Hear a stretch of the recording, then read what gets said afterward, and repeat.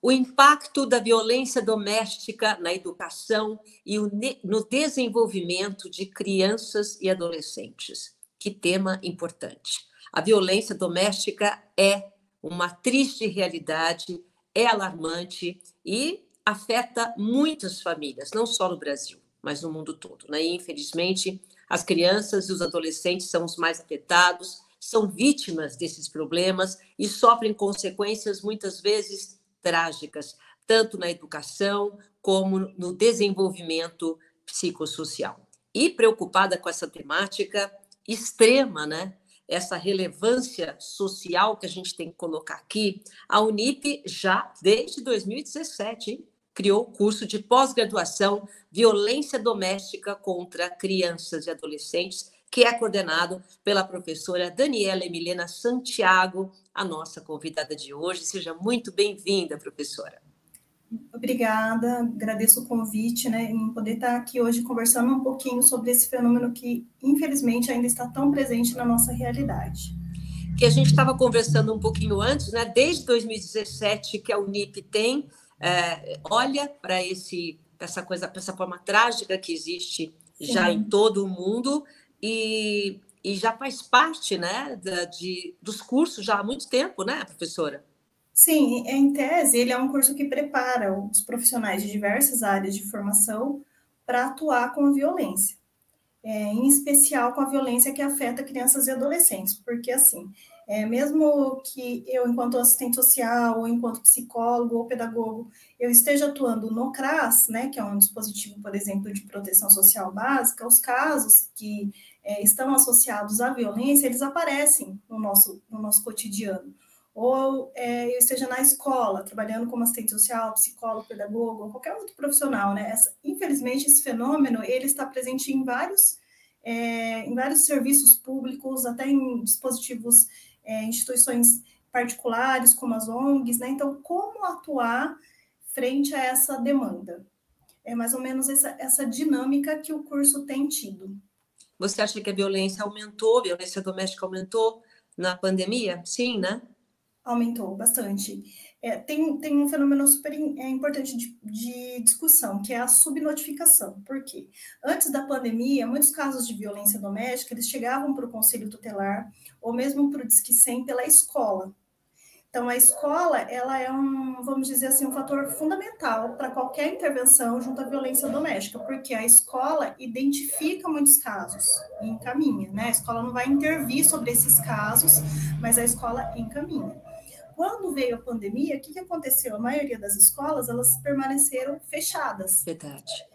E aí as crianças, elas faziam as atividades remotamente. Quando as crianças começaram, né, os adolescentes, a fazer as atividades remotamente, se perdeu um pouco esse vínculo, né, de aluno com professor, de aluno com inspetor de alunos, com esse pessoal que sempre apoia, né, as identificações ou as suspeitas. Então, muitos casos foram subnotificados, isso é uma coisa. Mas a gente vê pelos registros dos conselhos tutelares que houve uma ampliação, porque aí a família teve que permanecer no mesmo espaço. E muitos familiares começaram a usar esses momentos que deveriam ser, né, um momento de aproximação, acabaram usando mais no sentido da agressão. As pessoas acabam não tendo paciência, acabam não aguentando a rotina, junto com a questão da pandemia. Então, a gente vê que teve uma ampliação considerável, sim.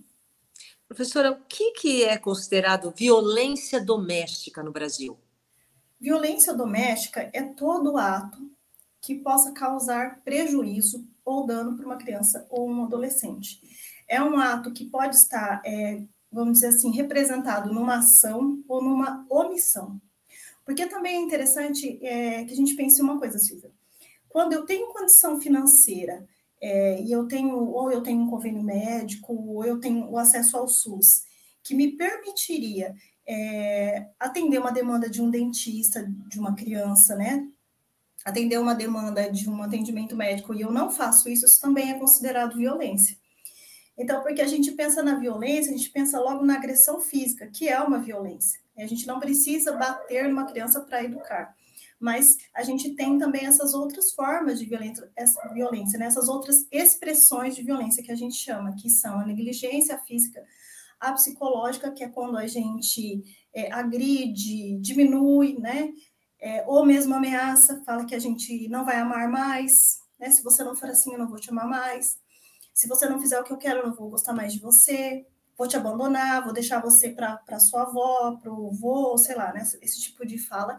E a violência sexual, que a violência sexual ela é muito tabu ainda na nossa sociedade, né? A gente quase não fala sobre isso. No curso a gente fala bastante sobre a violência sexual, porque nós não somos um povo que fomos acostumados a discutir isso, a discutir que não é só o caso de um abuso sexual em que há, vamos dizer assim, a penetração, mas expor a criança a situações, a questões sexuais para as quais ela não está preparada para vivenciar nesse momento, né? Ou o adolescente, ou não está interessado, mesmo que seja uma adolescente de 17 anos, né? Não é o momento ainda.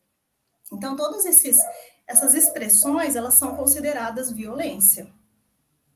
E é incrível, né? Você está falando. É claro que quando é uma violência sexual ou uma violência física, né, de agressão, a gente já identifica. Mas Sim. são tantas formas, né? É uma violência no sentido emocional, a forma como trata a criança. Então, é muito abrangente. Olha, E aí, pois eu não. vou só fazer uma pequena ponderação, né? Eu tenho 2 filhos. Meu filho tem 21 e a minha filha tem 8. Meu filho está fazendo faculdade, fazendo história.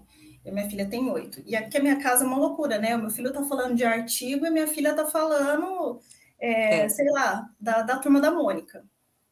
E eu falava às vezes para eles assim, para os dois: eu quero ir para uma ilha deserta, ficar numa ilha.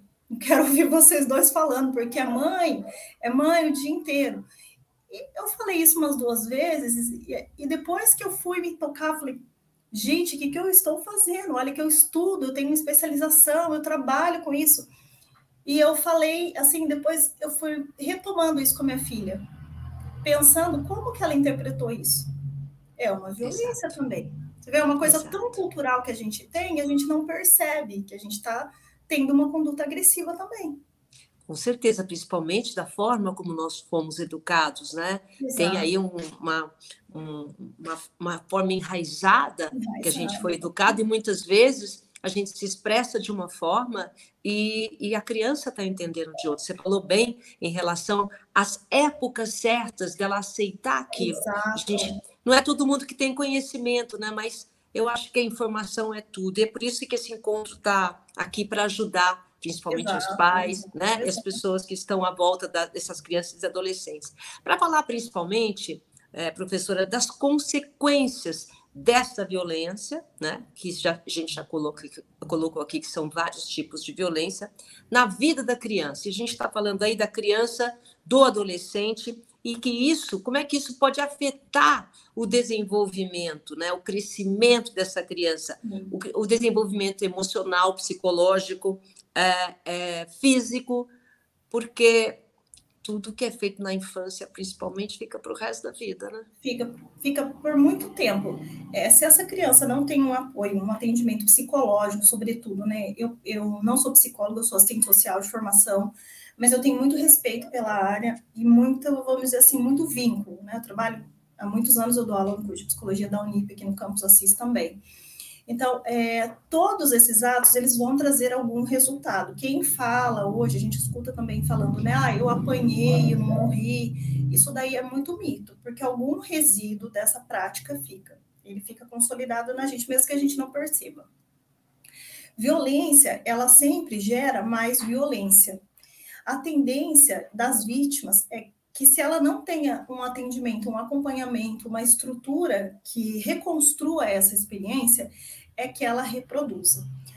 Significa, então, professora, que todo mundo que é vítima de violência vai reproduzir essa violência quando tiver um filho, quando tiver uma outra criança sob sua responsabilidade, ou um adolescente?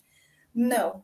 Isso depende muito, muito, muito, muito do percurso dessa pessoa, das pessoas com as quais ela vai se relacionar. Porque, assim, o desenvolvimento da criança, a criança pequena, ele vem essencialmente por meio do adulto. Não tem outra forma, né? Como que a gente aprende a comer, como que a gente aprende a falar, é sempre com o adulto nos dando esse apoio. E isso a gente transfere para a nossa subjetividade, né? Não tem como, a gente transfere, a gente puxa isso para a nossa subjetividade. Então, os resultados, eles podem ser, assim, dos mais leves aos mais severos. Então, uma agressão muito comedida, um comportamento agressivo na escola. E há estudos recentes que mostram também que a violência, ela está muito relacionada com a dificuldade de aprendizagem que as crianças apresentam. Então, há uma série de fatores, né? A violência sexual, por exemplo, a criança pode ter timidez ao extremo, ou pode se sexualizar ao extremo, né? Então, depende muito do acompanhamento de cada caso, mas, assim, a violência, ela não passa em brancas nuvens, infelizmente, ela sempre traz algum prejuízo. E, principalmente, né, você está falando, você já entrou aí nesse tema, em relação à escola, né? O aprendizado, até que ponto essa violência, seja ela qual for, vai impactar a criança e adolescente no desempenho escolar? Impacta. Impacta muito essa subjetividade da criança. Impacta. Pode haver casos em que isso não acontece? Pode haver casos em que isso não acontece. Mas ela impacta a subjetividade. A criança, ela precisa de estímulo positivo. O adolescente também, né? A criança, ela precisa de estímulo positivo. Quando ela só tem estímulo negativo, o que ela vai devolver? Estímulo negativo. Além do que, é uma característica, que não é um termo preconceituoso isso que eu vou dizer, mas é uma característica dos lares agressivos em que não existe a supervisão escolar. Ou ela é em exagero, exige que a criança só tire nota boa e tal. Isso traz prejuízo também para o desenvolvimento. E aí, Silvia, é importante a gente pensar numa coisinha muito específica da escola, que além da aprendizagem, a socialização da criança também pode ser comprometida, e do adolescente também, né? Então, não é apenas, entre aspas, a aprendizagem, mas também a questão da socialização, a interação entre os pares, os vínculos que essa vítima vai estabelecer, né? Tudo isso pode ser impactado por conta da violência. Sabe uma coisa que é importante a gente pensar? Hoje está tendo toda uma luta dos nossos conselhos, né, do CRES, do CRP, pela inserção de psicólogos e assistentes sociais na rede educacional. Isso é muito importante, porque isso auxiliaria muito na prevenção das situações que envolvem a ocorrência da violência. E o que é mais importante, né, Daniela, é que eu já até conversei aqui uma outra oportunidade, um outro encontro, uma outra entrevista, que antigamente, quando a gente ia para o psicólogo, a gente ia, né, porque a gente era ruim, deu alguma coisa errada, você foi chamada na diretoria, você foi chamado no psicólogo. Aí é importante, né, essa colocação do psicólogo para enaltecer as habilidades e o lado bom, né, para ajudar em relação a isso. Porque o efeito a longo prazo também é muito grande, né, professora? Porque assim, o professor, o pedagogo, ele faz muita coisa além da função dele, mas ele não tem esse preparo. Eu, como assistente social, não me sinto preparada para determinadas ações. Tem que ser um psicólogo, né? O assistente social, ele vai trabalhar mais ali na seara dos benefícios, dos encaminhamentos, do acesso às políticas públicas, são intervenções diferenciadas, então isso é muito importante. A gente sabe que o psicólogo que vai estar na educação, ele não pode clinicar, mas ele encaminha, ele faz a referência. E isso que você fala, Silvia, é muito importante também, porque a gente escuta muito isso agora em 2023. Nossa, está levando no psicólogo porque está com algum problema, isso não foi ainda totalmente superado. E não é, todos nós precisamos aprender a nos relacionar, aprender a conviver, aprender a administrar a vida, né, os relacionamentos que a gente tem. O psicólogo, ele vai ser uma pessoa que ele vai estar preparado para ouvir. Por exemplo, se eu tenho uma amizade, um vínculo com você, e eu te conto uma coisa, falando, nossa, Silvia, aconteceu isso comigo. Você vai falar, olha, faz assim, faz assado.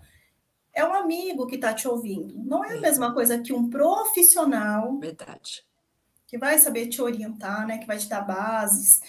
E no caso da violência, até para poder identificar, né, esses profissionais, eles podem desenvolver atividades dentro das escolas, usar o horário que os professores têm de planejamento, para identificar alguns casos.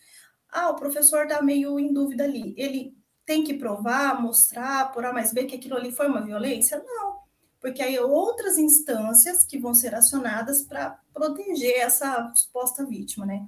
Eu sempre digo que a gente tem sempre que acreditar na palavra da criança e do adolescente. Eu tenho 23 anos de assistência, né? É raríssimo É raríssimo uma criança mentir. É Muito mesmo. raro. Daniela, e é importante você colocar isso, porque a criança, ela dá sinais. É possível detectar esses sinais de que alguma Dá coisa está sinais. errado? Dá sinais. A criança, ela expressa, muitas vezes ela fala, né? Se a criança tem um vínculo muito forte com a professora, ela fala.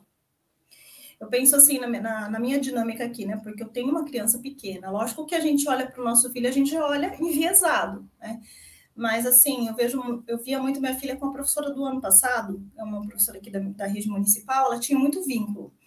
E tudo ela contava para a professora. Então tem criança que vai contar que aconteceu uma violência. Mas tem criança que não vai contar. Por quê? Porque o agressor, ele trabalha na subjetividade da criança, fazendo com que a criança tenha medo de contar, tenha medo de confiar em adulto. Às vezes a criança está passando por uma violência física ou ela está passando por uma violência sexual e ela não fala, mas ela tem comportamentos que indicam isso. Tem um rol de comportamentos que a gente adota como referência, né? Que é assim, não é uma camisa de força, mas dá para você entender um pouquinho e sinal de alerta. Opa, o que está acontecendo aqui? Por exemplo, uma criança muito novinha, que tem ali os 6, 7 anos e que demonstra ter muito conhecimento sobre questões sexuais, é porque ela está vivenciando alguma coisa, porque ela não teria capacidade intelectiva de inventar isso, porque são coisas muito específicas que só quem vivencia sabe. Comportamento agressivo, comportamento disruptivo, né? A criança às vezes não quer que o amiguinho brinque com outra criança, segrega, sei lá, tem mil expressões que o que a gente considera quando essas expressões não são pontuais, elas são repetidas, elas estão sempre acontecendo, não foi um dia, né? Mas é uma conduta que já é meio constante na criança ou no adolescente. Tem também uma coisa bem interessante, que é a análise do grafismo, que são os desenhos das crianças menores. Né? Isso também pode representar a violência. Você pede para a criança, desenhe a sua família, sei lá, uma coisa bem básica assim, e a criança demonstra que está sendo agredida, mostra, desenha o pai, ou a mãe, ou os pais, ou as mães, independente da composição familiar, com chinelo, com cinto. E física tem as marcas, né? Tem muita criança que aparece na escola com marca, com lesão mesmo. Um dispositivo importante também para identificação são os serviços de saúde. Eu moro numa cidade bem pequenininha, Quatá, no interior do estado de São Paulo. E aqui a gente vê que os profissionais da saúde eles estão muito engajados nessa luta também, desses sinais físicos que às vezes as crianças apresentam. Isso é muito importante, sabe? Envolver todos os profissionais dentro de política pública, porque não pode só um profissional achar que aquela violência e os outros falar, não, é besteira. Ou então, Silvia, o pai está educando. Que é uma coisa que ainda também. tem essa coisa de cultura enraizada, porque a gente foi ensinado assim, né? Então acha que está certo, mas enfim, o pessoal tem que se desconstruir. Tem que Eu mudar, sempre falo né? isso. Eu sou de uma geração que está se desconstruindo. Com certeza, com os meus netos, eu não vou fazer igual, porque a gente tem que melhorar, a gente tem que evoluir. Né? Agora, qual que é uma abordagem segura para chegar numa criança, assim, ou no adolescente? Hoje em dia, a gente tem um decreto federal, né? É um decreto que foi de 2017, tem uma lei, tem um decreto que se fala muito do que a gente chama de escuta especializada. O que é a escuta especializada? Os municípios deveriam instituir, cada município deveria ter um dispositivo de escuta especializada. Nesse dispositivo, o que haveria? Né? Um profissional para ouvir essa criança quando ela relata ou quando ela externa esses comportamentos e há suspeita de uma violência. Porque a criança, ela nem sempre vai falar, como a gente acabou de discutir, mas ela externa através de outros meios. Com esse dispositivo, já minimizaria muitas situações. E esse profissional, ele poderia realizar as outras intervenções de encaminhamento para conselho tutelar, para boletim de ocorrência, para todos os canais aí que são necessários. O que acontece? Esse decreto e essa lei, eles vieram muito assim de cima para baixo. Depois entrou a pandemia, não houve uma conversa com os municípios sobre isso. Né? Então, por quê? Tudo isso daí o município tem que ter uma estrutura, tem que ter uma sala adaptada, né, para receber essa suposta vítima. E sabe o que é interessante também, Silvia, nesse documento? É que ele fala para nós também dos casos de crianças que testemunharam violência. tentando protegê-las. Porque, por exemplo, a criança não foi a vítima da violência, mas ela viu o pai agredir a mãe, ela viu, né? A gente precisa também pensar nessa criança que ela não foi a vítima, mas que ela vivenciou uma situação agressiva. Então, penso que uma intervenção fundamental nesse sentido seria a consolidação desses dispositivos de escuta. Outra via é a prevenção. Nós tivemos agora as ações aí pelo Brasil inteiro do 18 de maio, né, em analogia à morte da Araceli Crespo. Então, prevenir, conversar com a criança, falar que existe violência sexual, o que pode ser considerado uma violência sexual, porque a criança ela precisa saber que o que ela está vivenciando não é responsabilidade dela, né? Porque as vítimas elas sentem que elas são responsáveis e que ela tem alguém que vai socorrê-la. Porque imagina na cabeça, a gente fala mais de criança, né? Mas do adolescente também. Imagina na cabecinha, como é que fica? Para que eu vou pedir socorro? Né? Assim, isso é uma coisa de estruturar política pública mesmo, vamos dizer assim, para contemplar essa demanda. Quando você fala, eu tô aqui ouvindo e pensando, né? A gente, adulto, não consegue se prevenir, não consegue muitas vezes sair. A gente que é consciente entra em relações diferentes, relações tóxicas, sofre, né? Imagina uma criança, um adolescente que são frágeis. Imagina, né? Dá para a gente imaginar aqui. E você já falou um pouquinho essa conscientização que a gente tem que fazer. Isso é um trabalho da escola, né? Educar, conscientizar e, quem sabe, capacitá-las, né? Você já falou um pouquinho, para sempre reconhecer e alertar e pedir ajuda, né? Sim, eu entendo que é um trabalho das políticas públicas, assistência, saúde, educação, porque enquanto cada um faz só a sua parte, a gente não caminha. Né? Então, por exemplo, na assistência, trabalhar esse conceito com as famílias, na saúde, divulgar, né? Na educação, principalmente para a criança ter esse conhecimento. Né? Penso que, por exemplo, identificar que tem locais do corpo que um adulto não pode tocar, exceto se for um médico, né? Entender que às vezes o pai ou a mãe vai fazer isso e que isso está incorreto, né? Isso é muito, muito importante, essa conscientização, trabalhar preventivamente antes que a situação aconteça.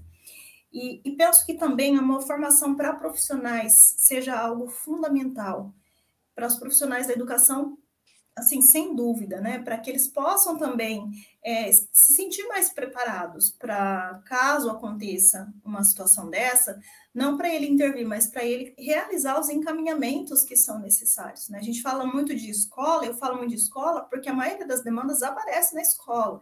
Né? Mas às vezes ela aparece em outros locais também, né? Numa igreja, você vê um comportamento agressivo, disruptivo. Né? Em todo lugar. Todo lugar, infelizmente, todo lugar. A gente tem muito uma cultura, sabe? Que eu casei e eu tenho que ter um filho. E às vezes não é isso. Sei lá, eu quero ter um gato. A sociedade cobra, a sociedade cobra. O povo me julga aqui porque eu não tenho planta, mas se eu tiver planta, morre. Eu também. Porque já que eu não vou cuidar, eu não vou ter, né? É verdade, sabe? É verdade. Faz 10 anos que eu tô casada, que eu moro nessa mesma casa. Agora eu ganhei um manjericão. Falei que agora o manjericão é questão de honra. Ele vai vingar. Que ele vai ajudar ali, né? Na hora que você fizer um bom prato. Eu fico ainda cuidando do manjericão, mas assim, é uma coisa que não é para mim. Então, às vezes, ter filhos não é para mim. Não tem problema com relação a isso, né? Mas o fato de você ter filho não quer dizer que você vai ser um bom pai. Ninguém nasce. Muitas vezes a própria pessoa já está precisando de ajuda e aí coloca mais. Bom, mas enfim, isso seria outra. Mas assim, né? A gente não tem às vezes esse know-how e aí criança dá trabalho, criança demanda atenção. Ninguém aqui é preparado para ter esse lado psicológico, cuidar de filho, a gente vai aprendendo. A gente querendo, a gente erra. É verdade. A minha filha, ela ia muito no guri, ela adorava. Agora ela disse que esse ano ela não quis porque ela quer ver outras possibilidades de atividades.